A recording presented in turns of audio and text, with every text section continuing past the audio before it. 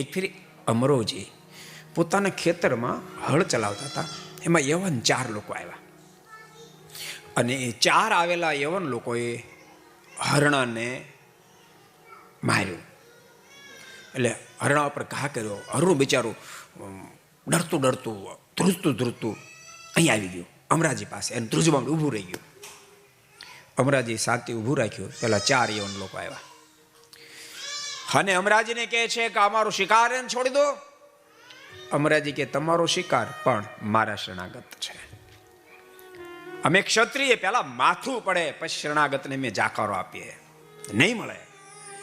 પેલા 4 જણા કે તું એકલો છો, અમે 4 છીએ. હરણા પીઓ તારો શિકાર થઈ જશે.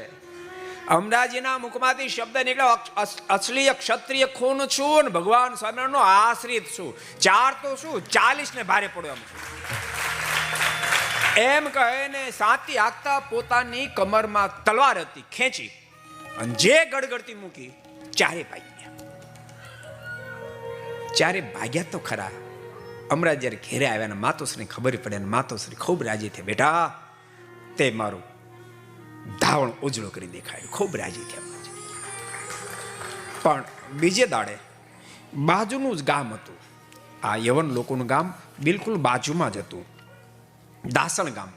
એમાંથી બધા યવનો ભેગા થઈ અને અમરા ભગતને મારવા માટે આવ્યા. અમે અમરા ભગતને મારવા માટે મારી નાખો, કાપી નાખો નું બુમરાણ કરતા આવ્યા.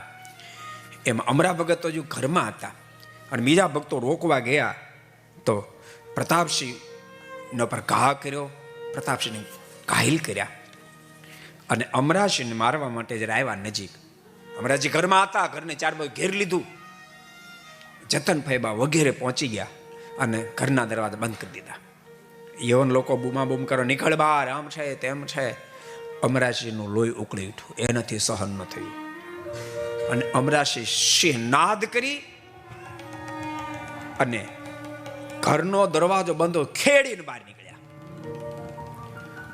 અને ખેડીને બહાર નીકળ્યા ને કીધું કે આજ ઉભા રહેજો, તમારી માને ધાવણ છઠ્ઠીનું ધાવણ નો દેખાડી દો. મારું નામ અમરોજીનું ભગવાન સ્વામિનારાયણનો આશ્રિત છું. અને એ જ વખતેની માના મુખમાંથી શબ્દ નીકળ્યા, બેટા હું તને લલકારીને કહું છું, દુશ્મનને ઢાળીને આવજે અને દુશ્મનનો સંહાર કરતા વીર ગતિને પામી જાય તો મને એનો આનંદ થશે. બેટા પીછે હટ કરીશ નહીં. અમરાજી ઉપડ્યા છે. અને ભક્તો ઘણી વાર કહું, જેની માં મહાન એનું સંતાન મહાન, એનું સંતાન મહાન. ભક્તો પુરુષની વિશેષ જવાબદારી, પિતાની વિશેષ જવાબદારી પુત્રને સંપત્તિ આપવાની હોય છે.